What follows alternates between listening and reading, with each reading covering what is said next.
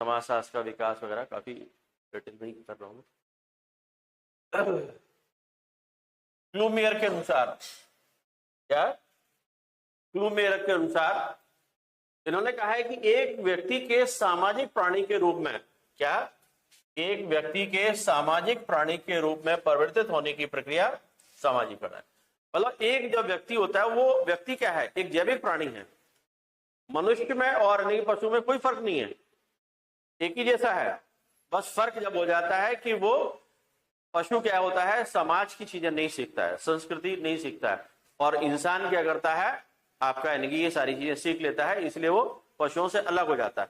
और कहते ना कि साहब, यानी कि कोई व्यक्ति, अरे तुम तो बिल्कुल जानवर हो। जानवर क्यों है? क्योंकि तुमने अभी तक यानी कि समाज की बातों में नहीं सीखा। जब तक व्यक्ति के अंदर वो सामाजिकरण नहीं आएगा तो जानवर में इंसान में कोई फर्क ही नहीं है। जानवर से इंसान बनने की प्रक्रिया है क्या, सामाजिकरण। क्योंकि जानवर में जो बायोलॉजिकल नीड्स होती है उन्हीं को पूरा करता रहता है, वो तो खाता पीता और घूमता फिरना रहता है।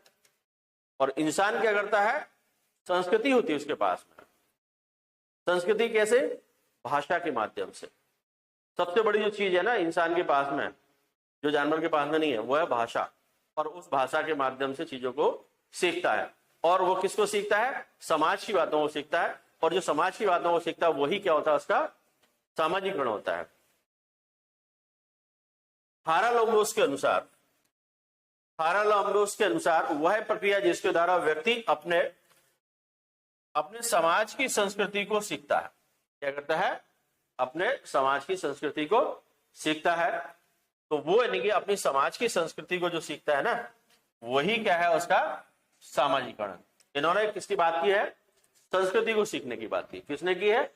हारालोम्बोस ने बात की है। क्लूमियर ने क्या कहा है? यानी कि एक व्यक्ति के सामाजिक प्राणी के रूप में परिवर्तित होने की प्रक्रिया का, ठीक है, क्या सामाजिक प्राणी के रूप में परिवर्तित होने की प्रक्रिया क्लूमियर। और समाज की संस्कृति स्टीवर्ट और गिलिन के अनुसार वह प्रक्रिया जिसके द्वारा लोग अपनी संस्कृति के, क्या, संस्कृति के विश्वासों और अभिवृत्तियों और प्रथाओं को ग्रहण करता है। इन्होंने क्या कहा है? विश्वासों, अभिवृत्तियों और प्रथाओं को ग्रहण करता है। किसने कहा है? स्टीवर्ट और ग्लिन ने कहा है। ठीक है, चलिए।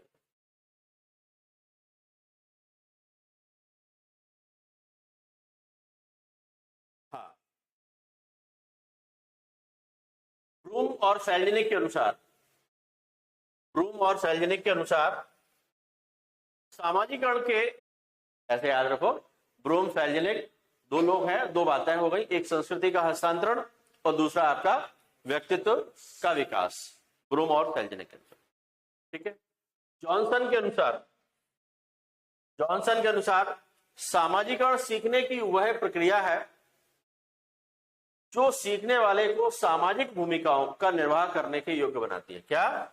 सामाजिक भूमिकाओं का निर्वाह करने के योग्य बनाती है। भाई सामाजिक भूमिकाएं आपकी जो भी तय हैं तो उनको आपको क्या करना पड़ेगा? सीखना पड़ेगा ना। तो आप यानी कि इस प्रोसेस को अपना लेते हैं, किसको? सामाजिकरण को।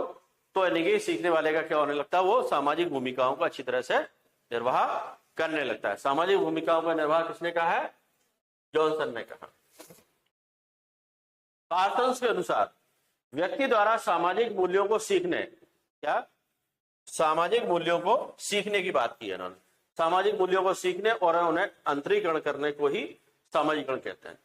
क्योंकि पार्सन्स ने क्या है कि सामाजिक मूल्यों पर थोड़ा सा ज्यादा फोकस किया है, तो वो यानी कि आपका यहां पर भी वही बात कर रहे हैं।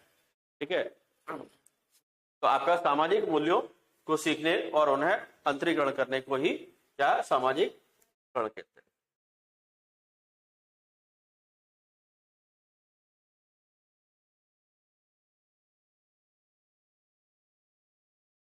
हाँ, सामाजिकरण के पहलू, यानी कि आपका सामाजिकरण के पहलू में आपका ये ब्रूम और सेल्जनिक जो है उन्होंने तीन पहलुओं की बात की है। हाँ, पहलू मतलब पक्ष, उसके तीन पक्ष होना जरूरी है, या तीन तत्व कह सकते हैं, एलिमेंट कह सकते हैं, कंपोनेंट भी कह सकते हो, यानी कि तीन बातें होना बहुत जरूरी है। तो पहला है आपका सावयव। सावयव मतलब शरीर, क्या है? सावयव मतलब शरीर, ऑर्गन्स, यानी कि पहले तो वो हो ना, क्या? हाँ, एक इंसान हो। इंसान मतलब चाहे वो कैसा जैविक प्राणी, मतलब जिसको कहते हैं ना, एक जैविक प्राणी हो, वो जरूरी है। और फिर वो जैविक प्राणी से व्यक्ति बने। पहले तो जैविक प्राणी हो, फिर वो उसमें व्यक्ति के रूप में आए, और फिर उससे क्या है? समाज के अंदर ही प्रक्रियाएं करेगा ना। तो ये तीनों बातें होना जरूरी है। इन तीनों के द्वारा ही किसी व्यक्ति का सामाजिकरण होगा, क्योंकि सामाजिकरण की समाज तो बहुत जरूरी है। समाज में ही तो सामाजिकरण होगा।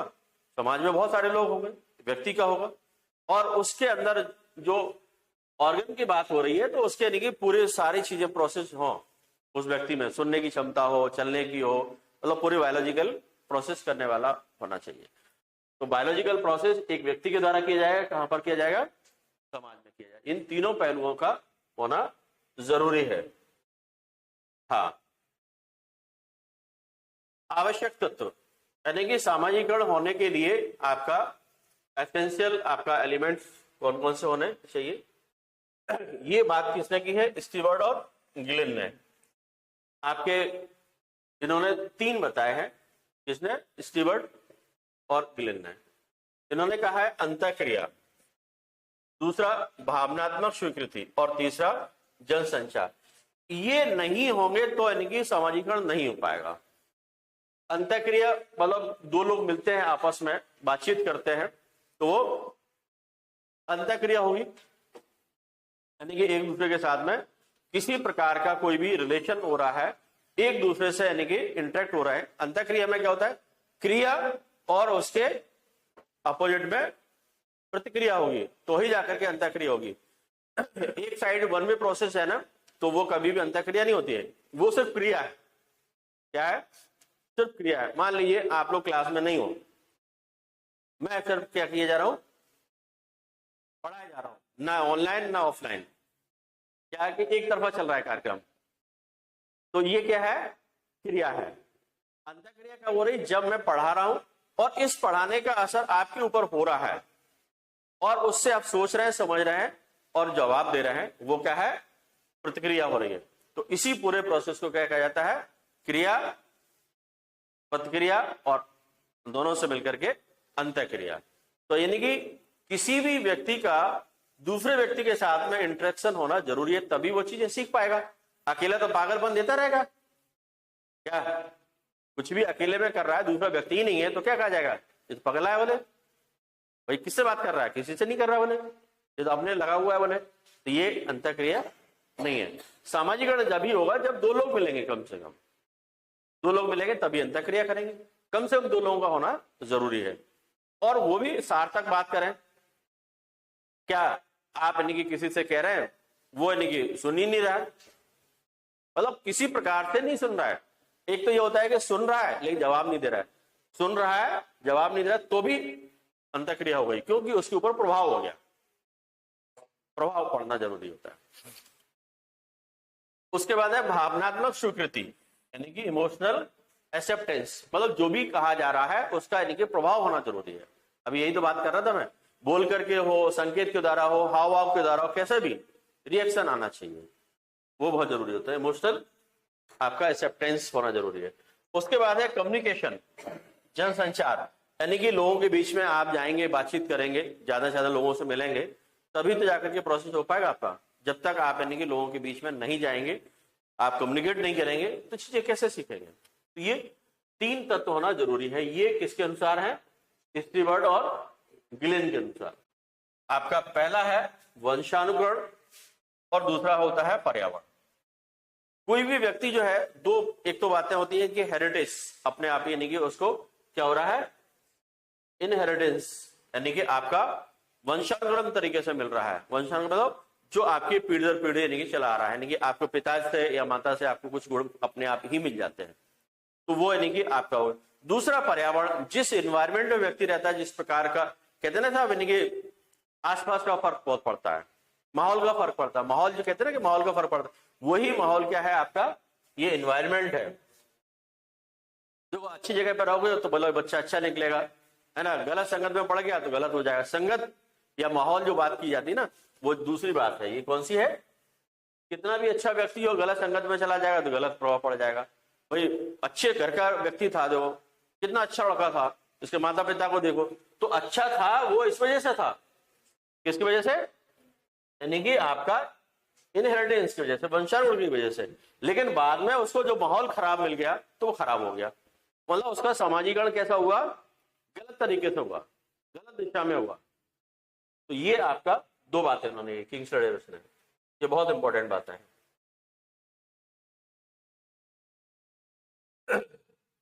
अब इसके सामाजिकरण की कुछ खास बातें हैं।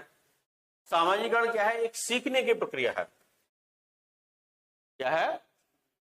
मतलब ऐसा नहीं है कि साहब आप मार्केट में जाए खरीद लाए, बोले सामाजिकरण खरीदने जा रहे हैं, बोले 1 किलो सामाजिकरण लेके आएंगे, ऐसा थोड़ी होता है। सीखा जाता है, और एकदम से नहीं सीखा जाता है कि एक दिन में सब कुछ सीख जाओगे, वो भी नहीं, धीमे धीमे। क्या है? धीमे धीमे ये प्रोसेस होता है, और बचपन से लेकर के और यानी जब तक यानी कि उसका जीवन है, कुछ न कुछ नई बातों को सीखता रहता है।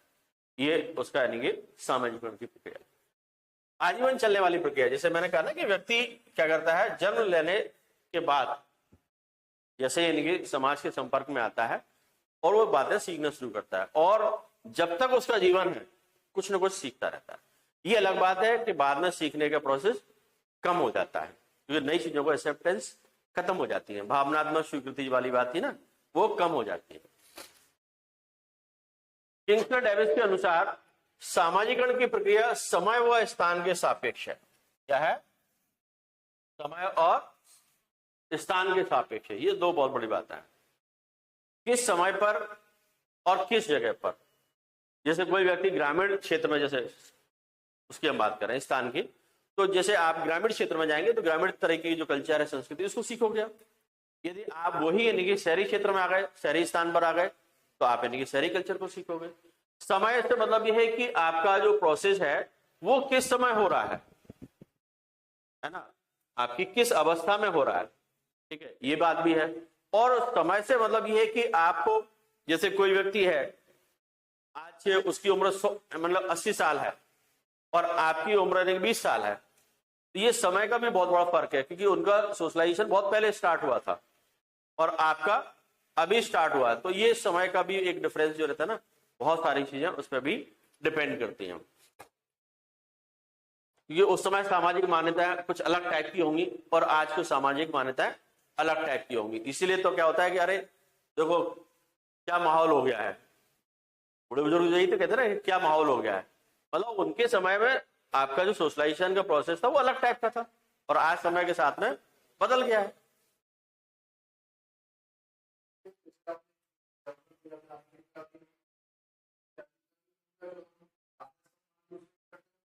हाँ हाँ हाँ, हाँ जोड़ के करते हैं, बिल्कुल।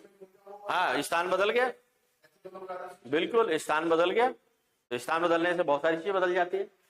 यह संस्कृति को आत्मसात करने की प्रक्रिया है। क्या है? यानी कि संस्कृति को आत्मसात करने की प्रक्रिया, यानी कि सामाजिकरण में क्या सीखा जाता है? संस्कृति को सीखा जाता है। संस्कृति में एक बहुत बड़ा यानी कि ब्रॉड कॉन्सेप्ट है, तो वो यानी कि संस्कृति को सीख लिया मतलब है कि आपका सामाजिकरण। संस्कृति किसकी होती है? समाज की होती है। तो समाज की बातों को सीखना मतलब ये संस्कृति को सीखना।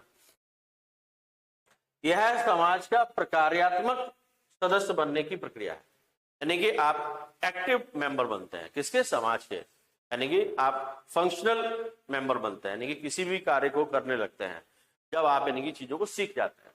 नहीं सीखोगे तो कटे कटे से रहोगे। मान लीजिए कैसे, इसको ऐसे समझो कि कोई एक गांव का व्यक्ति है, शहर में आए तो वो ज्यादा एक्टिव नहीं हो पाएगा। क्यों नहीं हो पाएगा? उसको बहुत सारी चीजें पता नहीं होंगी।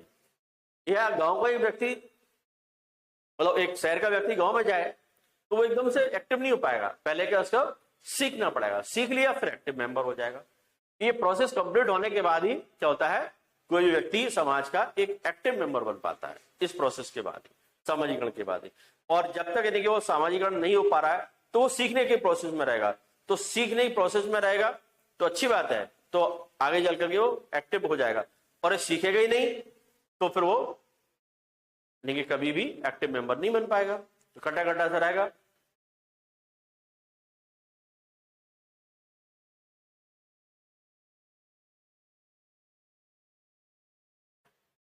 सामाजिकरण के द्वारा व्यक्ति के आत्म का विकास होता है। आत्म मतलब सेल्फ, मतलब खुद का, यानी कि अंदर को, अपने खुद को समझ पाता है सामाजिकरण के द्वारा। और ये आपका सिगमंड फ्राइड ने कहा है। किसने कहा है? सिगमंड फ्राइड ने कहा है कि आपका व्यक्ति के आत्म का विकास होता है। सामाजिकरण से संस्कृति का हस्तांतरण होता है। बिल्कुल होता है। सीख रहा है मतलब आप किससे सीखते हैं? बड़े लोगों से सीखते हैं। तो बड़े लोगों से जब सीखा जा रहा है तो छोटे लोग सीख रहे हैं, मतलब एक पीढ़ी दूसरी पीढ़ी से सीख रही है। तो वो यानी कि सीख रही है मतलब संस्कृति को एडॉप्ट कर रही है। तो वो क्या हो रहा है? एक पीढ़ी से दूसरी पीढ़ी को संस्कृति का आपका ट्रांसफॉर्मेशन हो रहा है। सामाजिकरण प्रकृति और पर्यावरण के प्रभाव, ये बहुत इंपॉर्टेंट बात है। सामाजिकरण प्रकृति और पर्यावरण के प्रभाव का परिणाम होता है। प्रकृति और परिणाम, वो पर्यावरण, दोनों बातें हो रही हैं इसमें। प्रकृति मतलब वाइल्ड नेचर, यानी कि जैसे अभी बात हो रही थी ना कि शहर का और गांव का नेचर में ही अंतर है। फिर पर्यावरण, पर्यावरण मतलब कि वहां के दोनों चीज आ जाती है इसमें, क्या? ज्योग्राफिकल भी और सोशल भी। समझ रहे ना बात को? तो जो आपका जिस जगह पर आप रहेंगे, दोनों चीजों का फर्क पड़ता है। नेचर का भी पड़ता है, यानी कि आपका जो नेचुरल इन्वायरमेंट जो भी होती है चीजें, उनका भी फर्क पड़ता है, और सोशल इन्वायरमेंट होता है उनका भी फर्क पड़ता है सीखने में। ठीक है। सामाजिकरण प्रकार्यात्मक भूमिका को सरल बनाते हैं कि आपकी क्या भूमिका है उसको आपका नहीं सरल बन जाता है। ये किसने कहा है? हारालामोस ने कहा है। सामाजिकरण के द्वारा मतलब आपकी जो भी जिम्मेदारी दी गई है, यदि आप सामाजिकरण अच्छी तरह से कर लेते हैं तो अच्छी तरह से निभा लेंगे आप, और यदि नहीं सीखेंगे तो जिम्मेदारी को उतनी अच्छी तरह से नहीं निभा पाएंगे।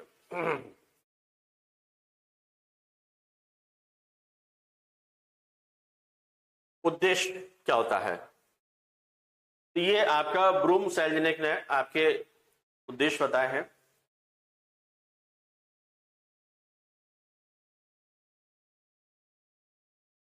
ब्रूम सेल्जनिक ने सामाजिकरण के 4 उद्देश्य बताए हैं। पहला उन्होंने कहा है कि आधारभूत नियमबद्धता का विकास। क्या होता है? आपका बेसिक जो रूल्स हैं वो आप यानी कि आपके अंदर विकसित हो जाते हैं, है ना। कोई भी छोटी से छोटी बात है, बड़ी से बड़ी बात है, वो यानी कि क्या होता है, इसके माध्यम से क्या हो जाता है, आपका आधारभूत यानी कि नियमबद्धता का विकास होता है। यानी कि बेसिक रूल्स को आप यानी कि फॉलो करने लगते हैं, आपके अंदर डेवलप हो जाते हैं। हो जाते कि नहीं हो जाते? किसी भी छोटी छोटी सी बात को भी लेकर के बड़े बातों तक जाकर के। आकांक्षाओं की पूर्ति या प्रेरणा का स्रोत होता है, यानी कि आपको जो भी चाहते हैं वो यानी कि पा सकते हैं। इसके लिए मोटिवेशन आपको यहीं से मिलता है। यानी कि आपकी इच्छा है, इच्छा यानी कि चाहते तो उसके लिए आपको फॉलो करना पड़ेंगे, चीजें सीखना पड़ेंगी। तो वह सीखना ही क्या है? आपका सामाजिकरण है। सामाजिक भूमिकाओं के निभाने की सीख मिल जाती है। आपके जो भी सोशल रोल्स आपको दिए जाते हैं उनको सीखने की आपको क्या जाती है? निभाने की सीख मिल जाती है। कोई सीखा ही तो है आपने, प्रोसेस ही तो हुआ आपका।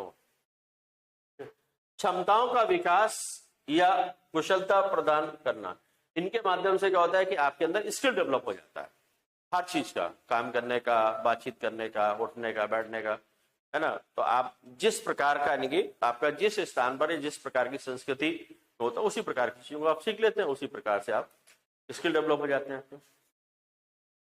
और इनके माध्यम से क्या आता है? व्यवहारों में अनुरूपता भी आती है। सब एक ही जैसा व्यवहार सीख रहे हैं तो इसलिए उनके समानता होगी सभी में। नहीं, 4 ही रहेंगे, 5वां ये हटा दो, छोड़।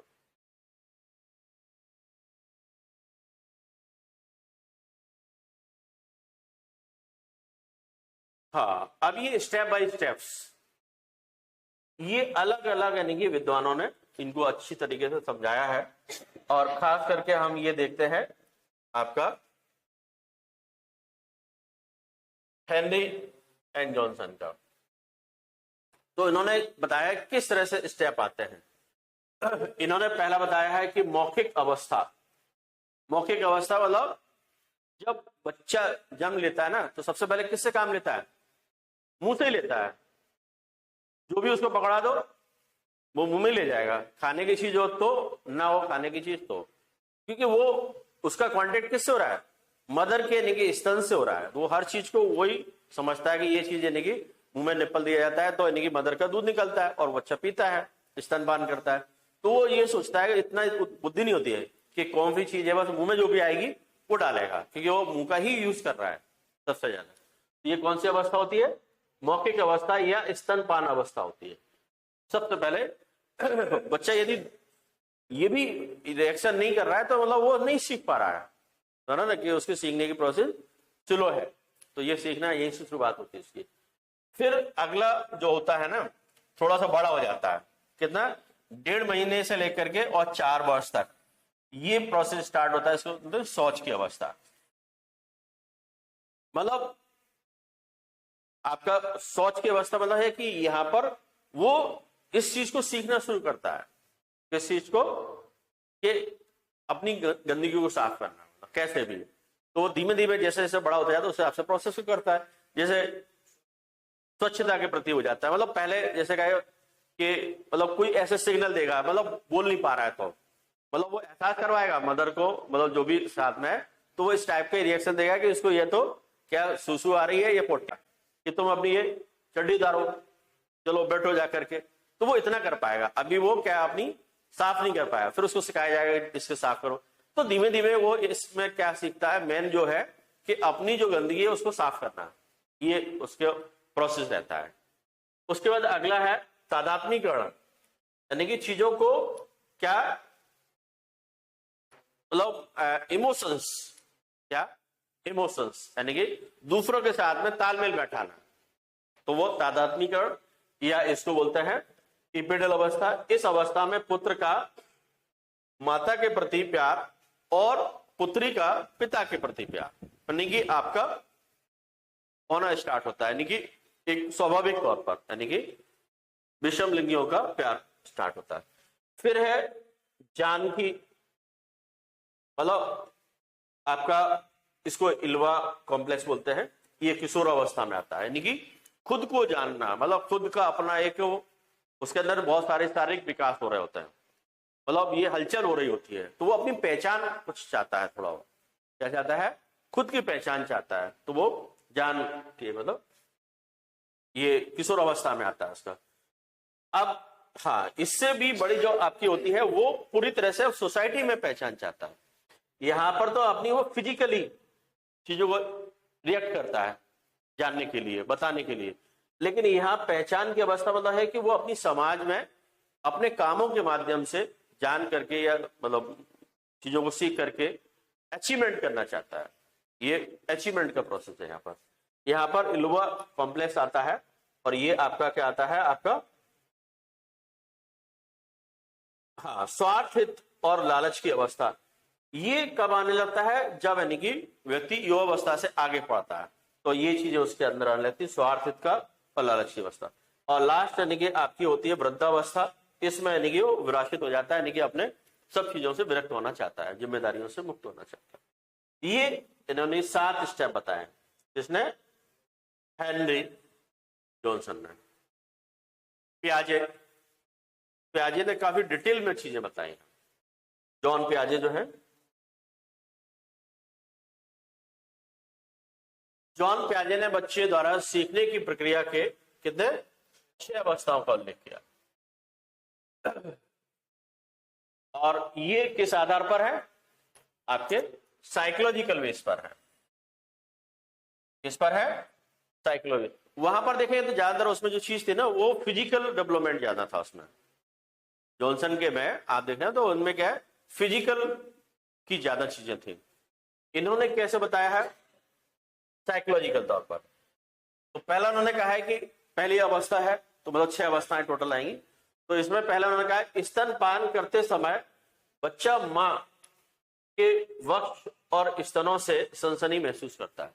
तो इस साइकोलॉजिकल तौर पर ही तो है ना, कि बच्चे की साइकोलॉजी मां के साथ मैच हो रही है, कि छाती के साथ में और स्तन के साथ में वो बच्चे का टच होता है, तो वो एकदम से फील करता है। मां को कैसे पहचान लेता है, यही तो रहता है मेन, कि उसको यानी कि मां के साथ जो फीलिंग आती है वो दूसरे के साथ नहीं आती है। बच्चा रोने लगता है और कोई ले ले तो, क्यों, क्योंकि वो जो एक सनसनी फील होती है ना, वो नहीं हो रही है उसके साथ में, क्योंकि मां से लगातार हो रही है। वो बेब्स जो होती है ना, वो मां के साथ ही उसकी टच है, अटैचमेंट की वजह से। तो वो पहला यानी कि महसूस करता है पहली अवस्था में।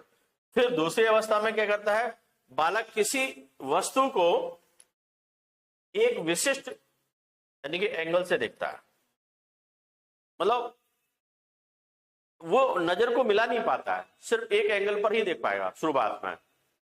आप यानी कि जैसे उसके सामने लाओगे तो ही देख पाएगा, जैसे आपने आवाज कर दी तो मुड़ के नहीं देखता, लेकिन बाद में चीजें वो करना स्टार्ट करता है। अभी स्टार्टिंग में सिर्फ इतना रहता है कि कांटेक्ट वो डायरेक्ट कर पाता है, सीधे सीधे उसके सामने आएगी तो वो समझ पाता है।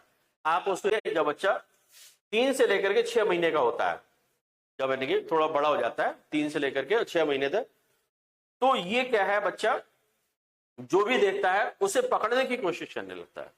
मतलब उसको आप जो भी दोगे ना, आप 3 महीने से पहले बच्चा पकड़ता नहीं है, वो यानी कि या तो उसको पकड़ा दोगे आप तो मुंह में ले जाएगा वो, लेकिन 3 महीने के बाद यानी कि जब बच्चा सीखने लगता है तो उसको आप जो भी चीजें दिखाओगे वो पकड़ने की कोशिश करेगा, और पकड़ के सिर्फ ले जाने की मुंह में ही करेगा कोशिश, क्योंकि वो इसी को समझता है, इतना ही सिर्फ।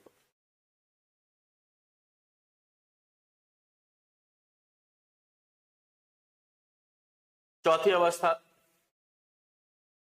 ये आपकी 9 महीने से लेकर के 10 महीने में, इसमें छिपी हुई वस्तु को ढूंढने की कोशिश करता है।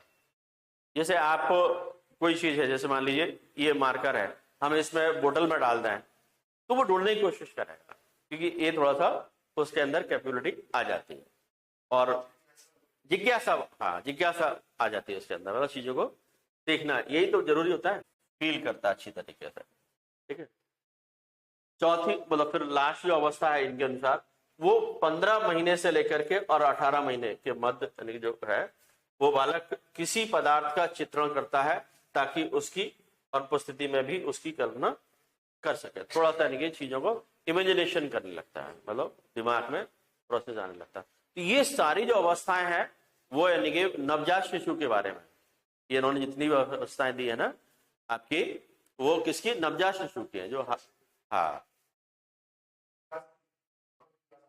हाँ मानव विकास के लिए नहीं है, सिर्फ वहां तक के लिए बच्चे का है।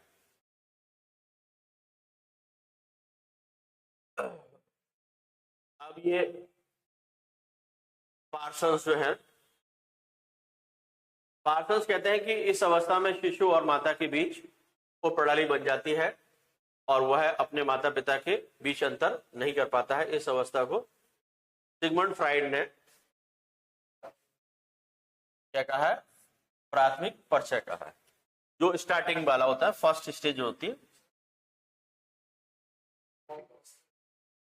हाँ वो मौखिक अवस्था वाला है ना, ये पहला वाला ना जो मौखिक अवस्था, हाँ ये मौखिक अवस्था है। ये पॉइंट छूट गया यहाँ पर, मौखिक अवस्था पहला वाला हेडिंग। ठीक है, पहले यानी कि आपकी क्या है, मौखिक अवस्था है। फिर आपका शौच वाली एनल स्टेज, ये अध्ययन किया उन्होंने बिटने ने, तो इस चरण की उन्होंने सोच वाली की अवस्था की बताया है कि विधिवत विवेचना मिलती है। इस अवस्था में क्या होता है, माँ बच्चे के लिए एक साधक नेता होती है, मतलब माँ जैसा गाइड करती है बच्चा वैसे वैसा करने लगता है। ठीक है, इस अवस्था में बच्चे न सिर्फ प्यार पाते हैं बल्कि प्यार देने की कोशिश भी करते हैं। मतलब जैसे आप बच्चे को किस करो तो वो भी आपको करने की कोशिश करेगा, है ना, कुछ दो तो वो आप यानी कि अपना गाल लगा देगा और आपकी भी ले लेगा। ये सारी चीजें सीखने लगता है।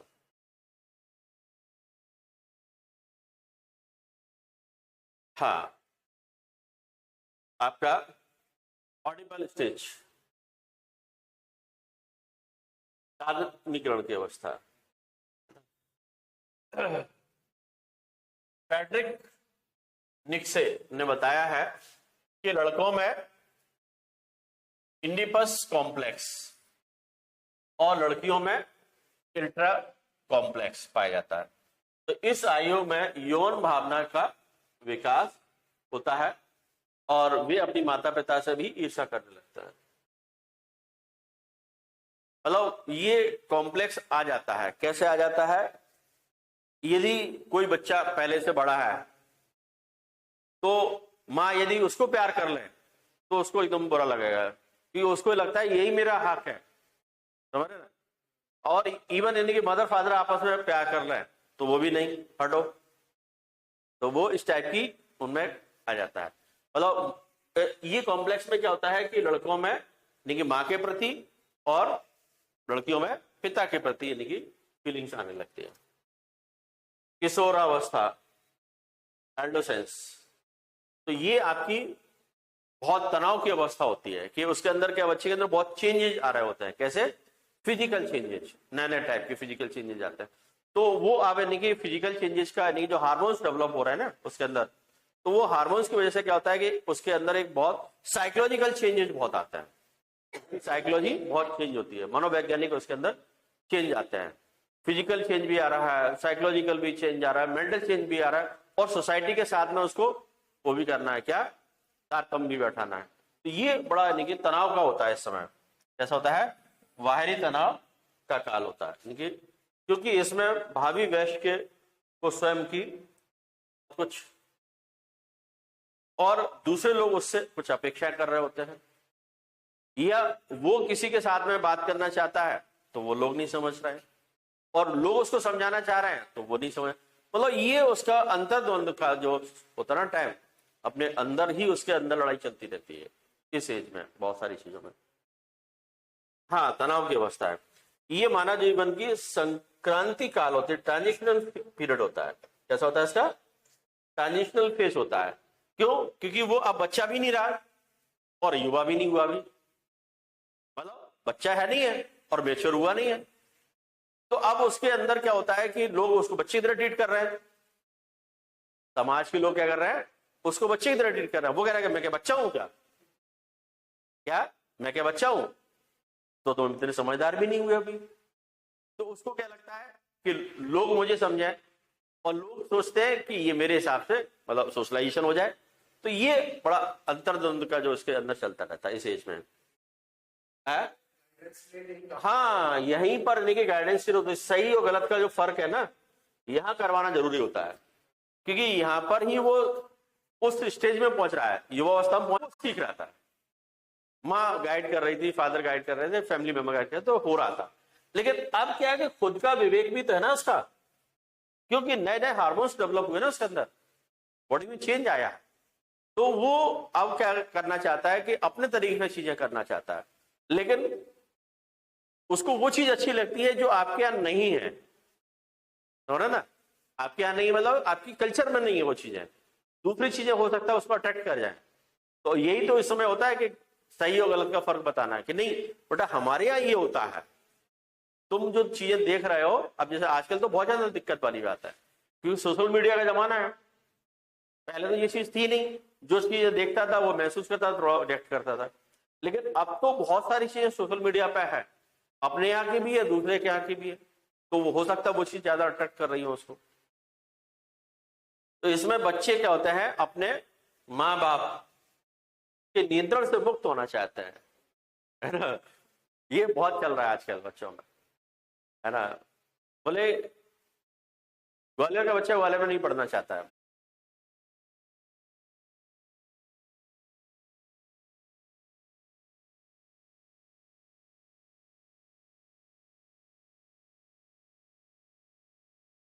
मार्गरेट के अनुसार उन्होंने बताया है कि इस अवस्था में लड़के लड़कियों में शारीरिक परिवर्तन स्पष्ट दिखाई देने लगते हैं, जिसके कारण विभिन्न प्रकार के तनाव जन्म लेते हैं। इस समय बच्चा परिवार की अपेक्षा, हाँ ये बहुत इंपॉर्टेंट बात है, दोस्तों पर बहुत भरोसा रहता है, उसको दोस्ती यारी बहुत अच्छा लगता है।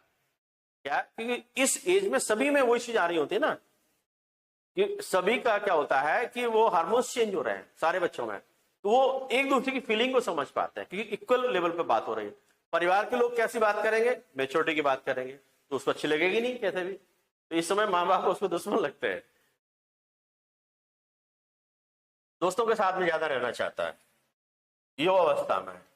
हाँ, ये सबसे महत्वपूर्ण अवस्था होती है, क्योंकि यहाँ जिम्मेदारी से वो काम करता है। मतलब उसके जो एकदम से वो आ रहा था ना तूफान का वो टाइम चल रहा था, क्या आंधी तूफान वाला, कौन सा, किशोर अवस्था वाला, अब यह शांत हो जाता है। मतलब वो उसको कई मेच्योरिटी के साथ डिसीजन लेने होते हैं। क्या होता है?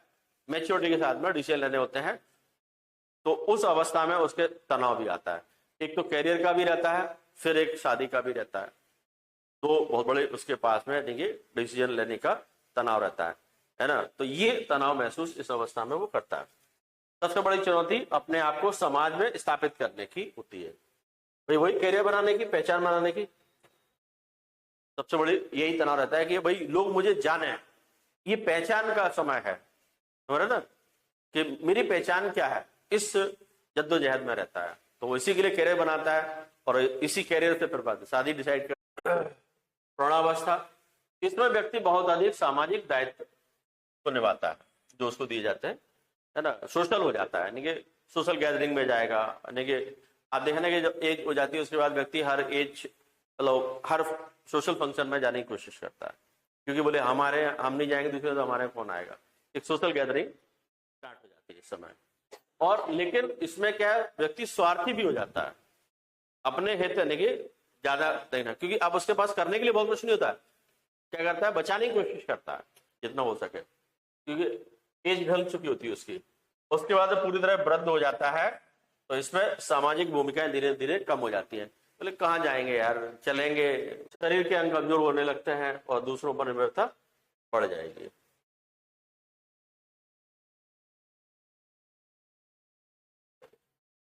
अब इसके मेथड्स क्या हैं?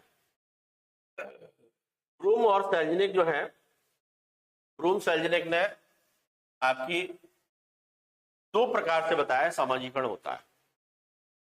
कैसे होता है? एक होता है दमनकारी सामाजिकरण, आपका रिप्रेसिव सोशलाइजेशन, और दूसरा होता है सहभागी सामाजिकरण, यानी कि पार्टिसिपेटरी सोशलाइजेशन। एक तो जबरदस्ती थोप दिया जाए, नहीं तुम्हें यही करना है, इसमें आदेशों का संचार माता पिता से बच्चों की ओर किया जाता है, ठीक है, और ये माता पिता केंद्रित होता है, क्योंकि वो सिखाते हैं नहीं ऐसा, माता पिता या परिवार के सदस्य कोई भी कह दो जो उसके टच में है, पड़ोस का भी हो सकता है, लेकिन सबसे ज्यादा माता पिता को चिंता होगी, उसके बाद और लोगों को होगी बाद में। तो यहाँ माता पिता क्या करते हैं, उसको दबा के, नहीं तुम तो यही सही है ऐसा ही करो, ये सोशलाइजेशन वो जबरदस्ती सिखाना है। और दूसरा ये होता है कि इसमें बच्चे, आजकल यही चल रहा है ज्यादातर, हाँ, मतलब वो माता पिता केंद्रित होता है, ये बच्चा केंद्रित हो जाता है।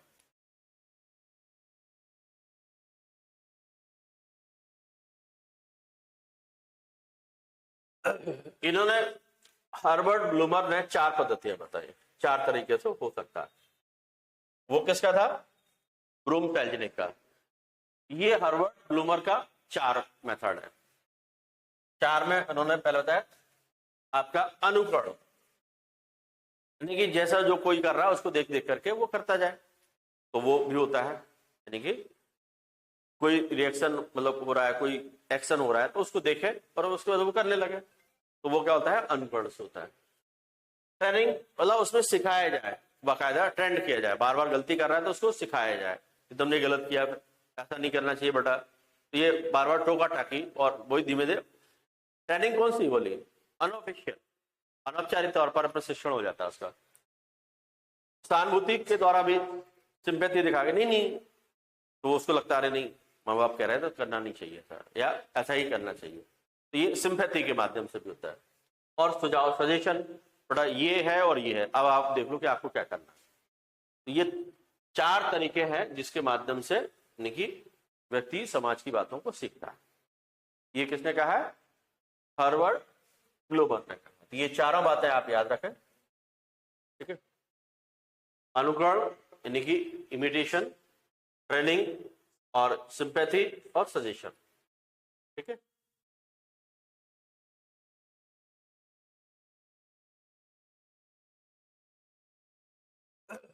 चार्ल्स फूले ने कितनी बताई है? 4। चार्ल्स फूले की 4, ये कैसे माध्यम से? सहयोग, प्रोत्साहन, पुरस्कार और दंड, ये 4 बातों, ये ऑफिशियल मतलब एक फॉर्मल होता है, फॉर्मल वे में ये सारी चीजें आप देखेंगे, ठीक है। ये 4 पद्धतियां हैं, वो भी फॉर्मल है, ये चार्ल्स फूले की है, ठीक है। अब इसके बाद सामाजिकरण संस्थाओं को 2 भागों में बांटा गया है, यानी कि सामाजिकरण करने वाली जो संस्थाएं हैं, एजेंसीज हैं, माध्यम है, वो 2 हैं, प्राथमिक और द्वितीयक।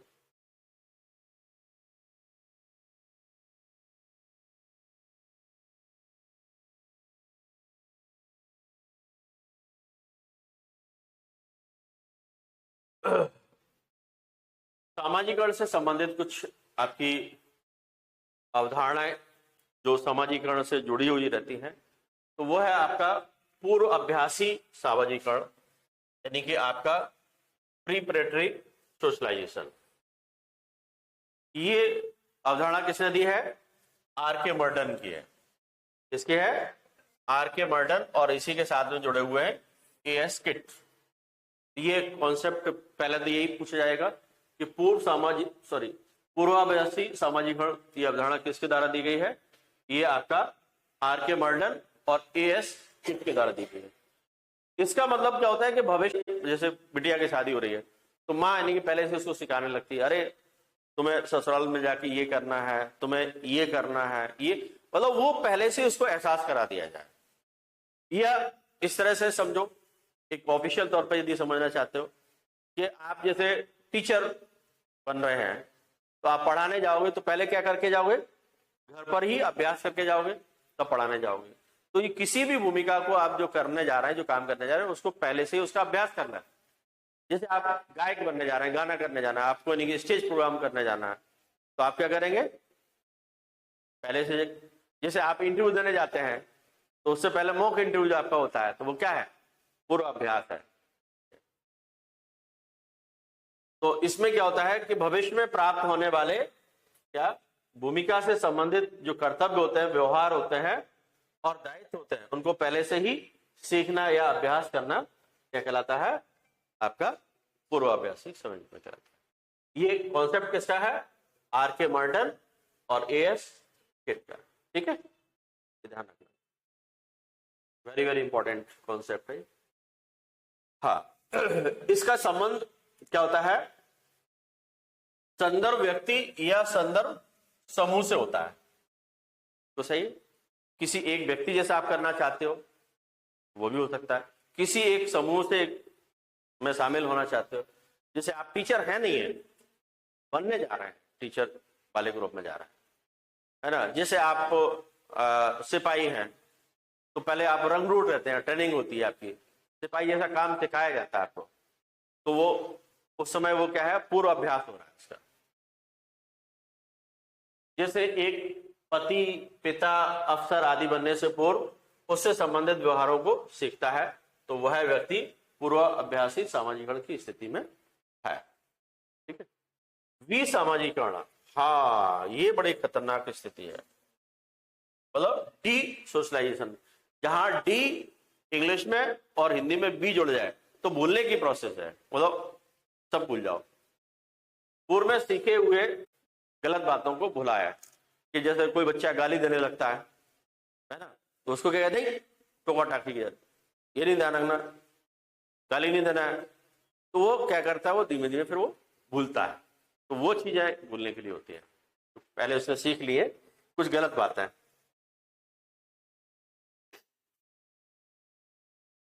हाँ, ये बहुत अच्छी बात है। क्या? पूर्ण सामाजिकरण। यह विसामाजिकरण के बाद की प्रक्रिया है, मतलब क्योंकि अब वो गलत बातें भी निकल गई उसके बाद। भाई इसमें क्या है कि गलत बातें थी, वही तो दिक्कत दे रही थी, वो भी निकल गई। अब पूरी तरह से वो क्या गया? कंप्लीट उसका सोशलाइजेशन हो गया। तो विसामाजिकरण के बाद की प्रक्रिया है यह सीखे हुए व्यवहार के स्थान पर नए सिरे से समाज की मान्यताओं के अनुरूप मूल्यों, आदर्शों और व्यवहार आदि को पुनः सीखने की प्रक्रिया है। ठीक है, पूर्ण सामाजिकरण। नकारात्मक सामाजिकरण, तो इसमें तो गलत गलत बातें ही सीखेगा, वो अच्छी बात तो सीखेगा नहीं। निगेटिव सोशलाइजेशन, जब व्यक्ति समाज विरोधी या विचलनकारी, मतलब जो गलत व्यवहार वाला होता है, निर्देशित व्यवहार, प्रतिमानों, मूल्यों आदि को सीखता है, मतलब समाज विरोधी कार्य जो सीखने लगता है वो क्या होता है? निगेटिव सोशलाइजेशन होता है। जैसे चोरी, डकैती, ये कहीं सिखाई जाती है? कहीं नहीं सिखाई जाती है, सीख लेता है और करने लगता है।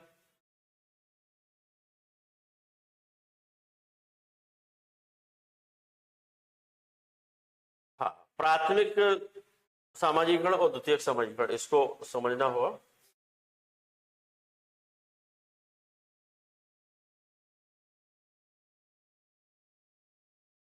मतलब इसमें ये होता है कि व्यक्ति जो है वे मौलिक सामाजिक प्रक्रियाएं जिनके माध्यम से पहली बार बालक क्या करता है, समाज का सहकारी सदस्य बनता है। तो प्राइमरी हो रहा है उसका, पहली बार नहीं कि क्या हो रहा है, सोसाइटी के साथ उसकी कनेक्टिविटी हो रही है।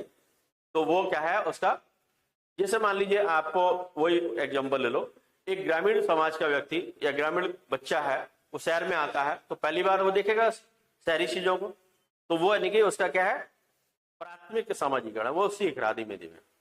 ठीक है, तो प्राथमिक सामाजिकरण कहलाता है। और द्वितीय सामाजिकरण वह प्रक्रिया है जिसके द्वारा व्यक्ति क्या किसी विशिष्ट भाग का, यानी द्वितीयक वाले को, जो बाद में चीजें उसने सीखी है, तो उसको उन्होंने क्या कहा है, द्वितीयक, सॉरी पोस्ट सोशलाइजेशन का। क्या कहा है, पोस्ट सोशलाइजेशन का। किसने कहा है, मैट स्पेंसर ने कहा। किसको कहा है, सेकेंडरी सोशलाइजेशन को। ठीक है,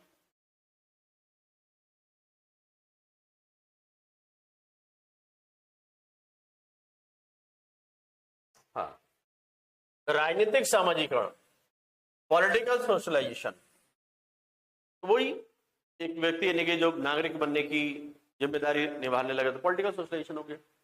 ये डॉसन और प्रिमिटिव ने अपनी पुस्तक क्या पॉलिटिकल सोशलाइजेशन में लिखा है कि राजनीतिक सामाजिकरण एक ऐसी प्रक्रिया है जिसके द्वारा किसी देश का नागरिक राजनीतिक संदर्भ में परिपक्व हो जाता है। मतलब पूरी नागरिक बनने की जिम्मेदारी हो जाए कि साहब एक हम इस देश के नागरिक हैं तो हमारी क्या जिम्मेदारी बनती है, तो वो यानी कि पॉलिटिकल उसका पूरा सोशलाइजेशन होता है। ठीक है,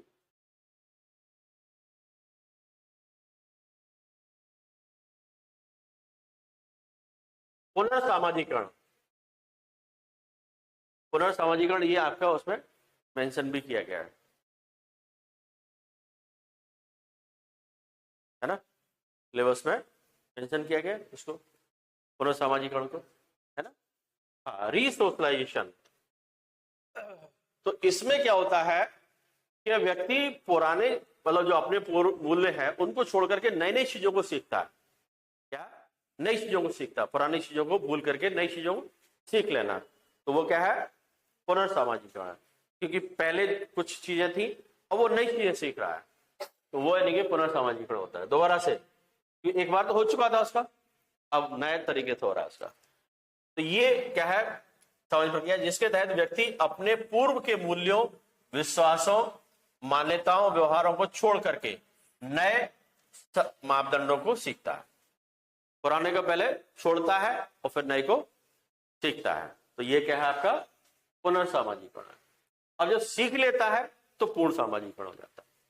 जैसे अभी वो बात हुई थी ना वाली, तो इसको अपन को थोड़ा डिटेल में चीजें देखनी पड़ेगी। यह प्रक्रिया किसी व्यक्ति के जीवन में तब देखने को मिलती है जब वह किसी नए वातावरण में प्रवेश करता है।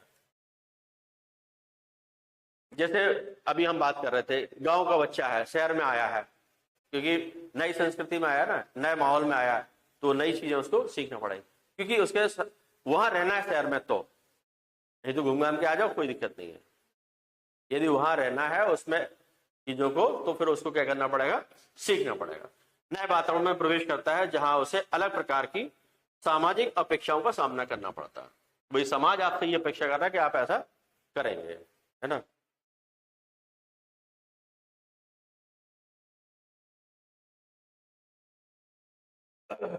अलग अलग यानी कि विद्वानों ने अलग तरीके से समझाया है इसको, डेफिनेशन देखें तो गिडिंग्स, कौन, गिडिंग्स ने क्या कहा है, पुनर्सामाजिकरण वह प्रक्रिया है जिसमें व्यक्ति अपनी सामाजिक पहचान को बदलकर क्या नए मूल्यों और मापदंडों के अनुरूप खुद को ढालता है। पहले तो उसको क्या करना है, अपनी सामाजिक पहचान भूलनी है और फिर नई चीजों को सीखना है, उसके अनुसार अपने आप को ढालना है ना। भूलेगा तो कौन सी प्रक्रिया होगी, विसामाजिकरण है। और नई चीजों को सीख रहा है तो पुनर्सामाजिकरण। जब सीख लेगा तो पूर्ण सामाजिकरण। समझ रहे ना, पहले सामाजिकरण हुआ, फिर विसामाजिकरण हुआ, फिर आपका पुनर्सामाजिकरण हुआ, फिर पूर्ण सामाजिकरण।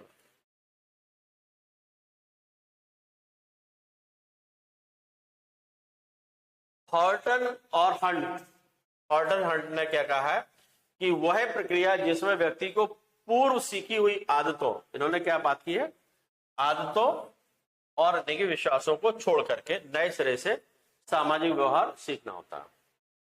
इन्होंने क्या कहा है, हार्टन हंट ने, कि सीखी हुई पूर्व आदतों विश्वासों को छोड़ करके नए सिरे से सामाजिक व्यवहार को सीखना होता है।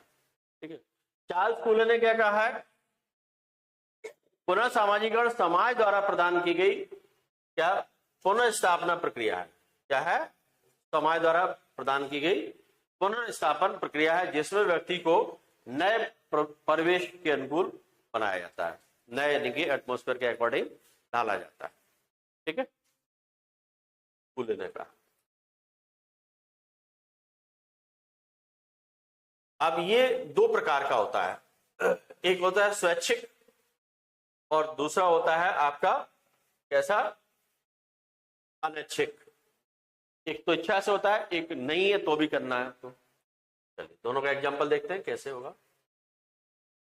तो स्वैच्छिक यानी कि वॉलंटरी पुनः सामाजिकरण, आप खुद चाह रहे हो, अपनी इच्छा से करना चाह रहे हैं, तो इसमें व्यक्ति स्वयं अपनी इच्छा से क्या करता है, नए सामाजिक मापदंडों को और मूल्यों को अपनाता है। किससे, अपनी स्वयं की इच्छा से।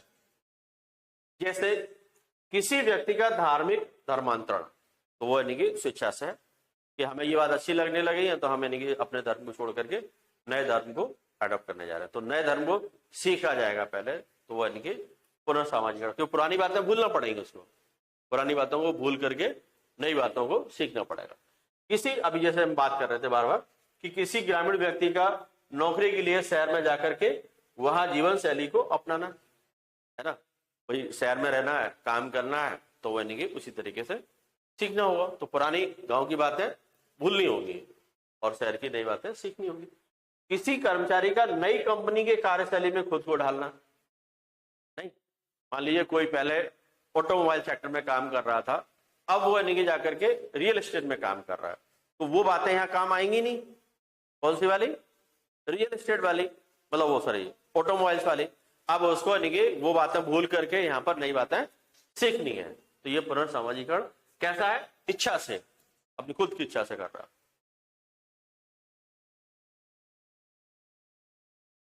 अनैच्छिक, इसमें क्या होता है,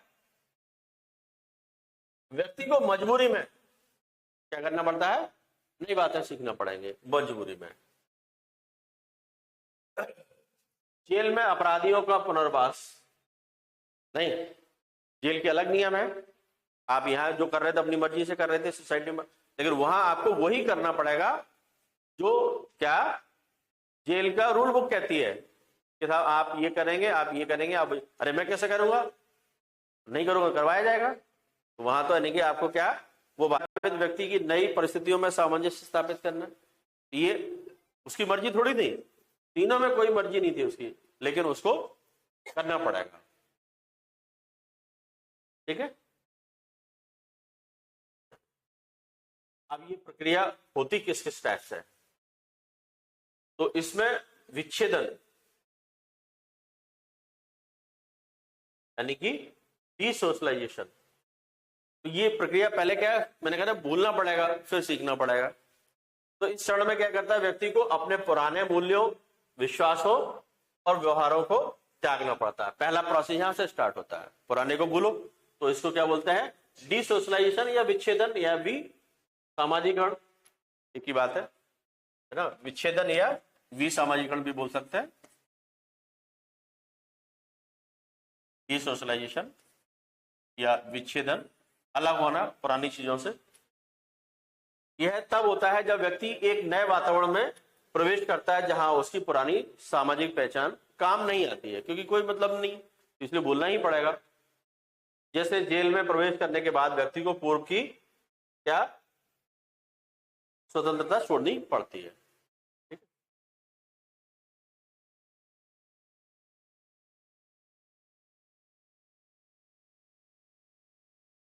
हाँ, नवीन सामाजिकरण क्या, नया यानी कि सोशलाइजेशन होता है। तो इसमें व्यक्ति नए नियमों व्यवहारों को अनुसार अपने आप को ढालने की उसको शिक्षा दी जाती है, और ये दोनों प्रकार का हो सकता है ना।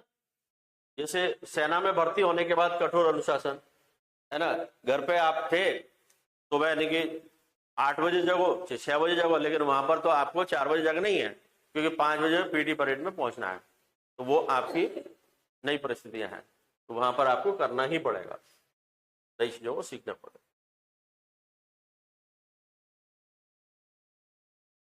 अब इसमें किस किस टाइप से हो सकता है, आपको सैन्य प्रशिक्षण यानी कि आर्मी का जो क्या होता है, जब व्यक्ति भर्ती होता है ना, तो वहां पर नई नई चीजें उसको सिखाई जाती है, रंग रूट के तौर पर सब कुछ होता है।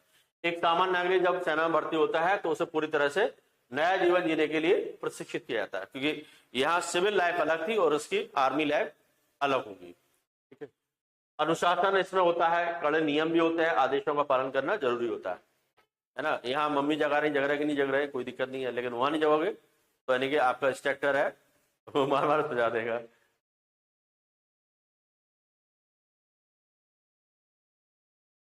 कैदियों का सुधार, वही चीज कैदियों के लिए रहती है। धार्मिक धर्मांतरण यानी कि पुराने धर्म को भूलो, नई चीजों को सीखो, है ना। जाकर के जैसे कोई इंडिया का व्यक्ति है, अमेरिका में रहेगा जाकर के, तो वहां ये काम आने वाली नहीं है चीजें आपकी, वहां आपको उसी प्रकार की नई चीजें सीखना पड़ेंगी, या फिर वहां पर एक आपको मिनी इंडिया बनाना पड़ेगा। मतलब इस टाइप के बहुत सारे लोग पहुंच जाए तो आपस में गैदरिंग करते रहे, वो अलग बात है, लेकिन यदि नहीं है तो फिर आपको ये चीजें भूल करके नई चीजें सीखना पड़ेंगी। इसका इफेक्ट दोनों तरीके का होता है, पॉजिटिव भी होता है, नेगेटिव भी होता है। पॉजिटिव में क्या होता है कि व्यक्ति को नए सामाजिक वातावरण में घुलने मिलने में मदद मिलती है। ठीक है, यह समाज में अपराध दर को कम करने में सहायक होता है, क्योंकि व्यक्ति नई चीजें सीख ले तो अपराध नहीं करेगा। यदि वो नहीं सीखता है तो ये असामाजिक माना जाएगा ना भाई, माना जाएगा नहीं माना जाएगा, क्योंकि उस समाज के अनुसार आप कर ही नहीं रहे, क्योंकि आप तो दूसरे समाज से आए। ठीक है ना, तो व्यक्ति को अधिक जिम्मेदार नागरिक बनने में भी ये सहायता मिलती है, क्योंकि ये पॉजिटिव बातें हैं। कुछ निगेटिव बातें भी हैं इनकी। नकारात्मक ये है कि कुछ मामलों में व्यक्ति को मानसिक और भावनात्मक क्या होता है, कठिनाइयों का सामना करना पड़ता है। नहीं, जैसे कोई एक व्यक्ति गांव से आया है और शहर में आया है, तो नई चीजें वो अंदर से नहीं फील ला पा रहा है, लेकिन सीखना मजबूरी है उसकी, है ना। जॉब कर रहा है ना, तो वो अपने गांव का खुलापन फक्कड़पन वाला वो नहीं आ पा रहा उसको फील, लेकिन मजबूरी में उसको करना पड़ेगा, तो ये नेगेटिव उसके ऊपर असर हो रहा है। जबरदस्ती लागू किया गया पूरा सामाजिकरण व्यक्ति के लिए हानिकारक हो सकता है। क्यों? क्योंकि वो अवसाद में जा सकता है, डिप्रेशन में जा सकता है, नहीं। और पारंपरिक और सांस्कृतिक मूल्यों के नुकसान का भी खतरा बढ़ जाता है कि ऐसी सारी चीजों को सिखा दिया जाए तो वो जो पहले की चली जा रही संस्कृति खत्म ही हो जाएगी। अब जैसे आपका आदिवासी लोग हैं, है ना, तो वो धीमे धीमे क्या हो रहा है, यही तो हो रहा है कि वो सोशलाइजेशन उनका इस तरीके से हो रहा है आधुनिक समाज की तरह, तो वो खतरा हो रहा है उनकी संस्कृति पर। जिनकी संख्या कम है तो उनको तो पूरी तरह खत्म ही हो जाएगी, इसलिए रहती है। ठीक,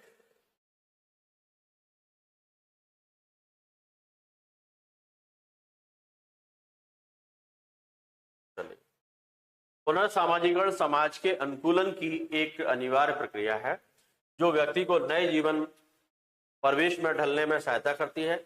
यह प्रक्रिया किसी भी समाज के विकास और व्यक्तियों के व्यक्तित्व निर्माण में भूमिका निभाता है। समाज के विकास और व्यक्तियों के व्यक्तित्व विकास में, समाज के विकास और व्यक्तियों के व्यक्तित्व निर्माण में महत्वपूर्ण भूमिका निभाती है पुनः समाज। ठीक, आज के लिए इतना काफी। ठीक,